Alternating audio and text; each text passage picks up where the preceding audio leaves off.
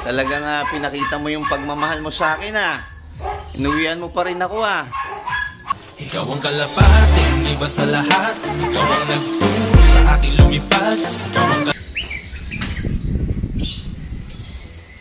Good morning mga Papskala. Tayo po ay nagpo-pray.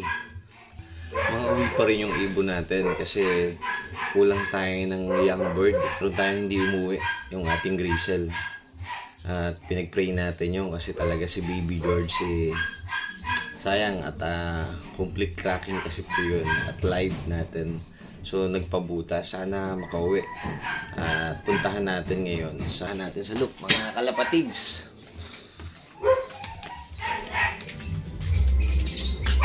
So hopefully nasa loop, no po. Ako ay sinusurprise natin lagi yung sarili natin Pagka may kulang sa ibon natin At saka iba yung pakiramdam natin. Alam nyo na mga kalapatids yan, mga Papskala, pagka yung ibon, tapos ang ginagawa ko dyan mga Papskala, sinisilip-silip ko lang, sinusurprise ko yung sarili ko. Uy! Meron.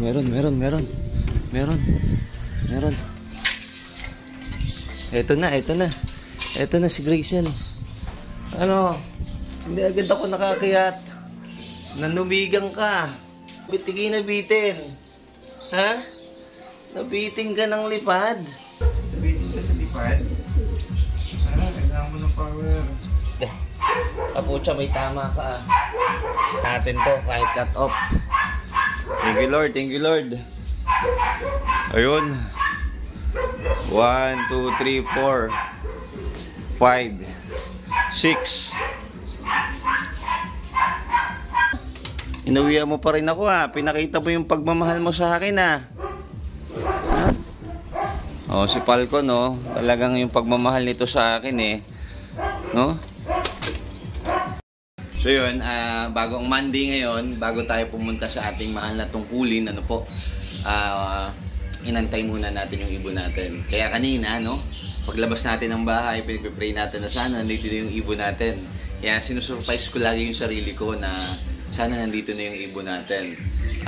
Yun, pagkakit nga natin, nandito na yung ibon natin. Bago tayo pumunta sa ating mahal na tungkulin, happy na rin tayo kasi dumating yung ibon natin. Andito yung ibon natin. Although na-cut off, pinakamasaya dyan na pakiramdam, inuwian ka ng ibon mo kahit cut off, Talagang bonus na yung pagiging champion. So kung mag-champion tayo, the best yun, Mahal ka ng ibon mo. Kita-kits po tayo sa susunod nating laps. At meron pa tayong laps. Meron pa tayong at Balogan, special race natin, Tacloban, and San Francisco, Leyte. Nabutas man tayo kahapon, meron man tayong cut-off kahapon, still, inuwian tayo ng ibon natin at may pag-asa pa tayo sa susunod na laps. Yun mga kalapatids!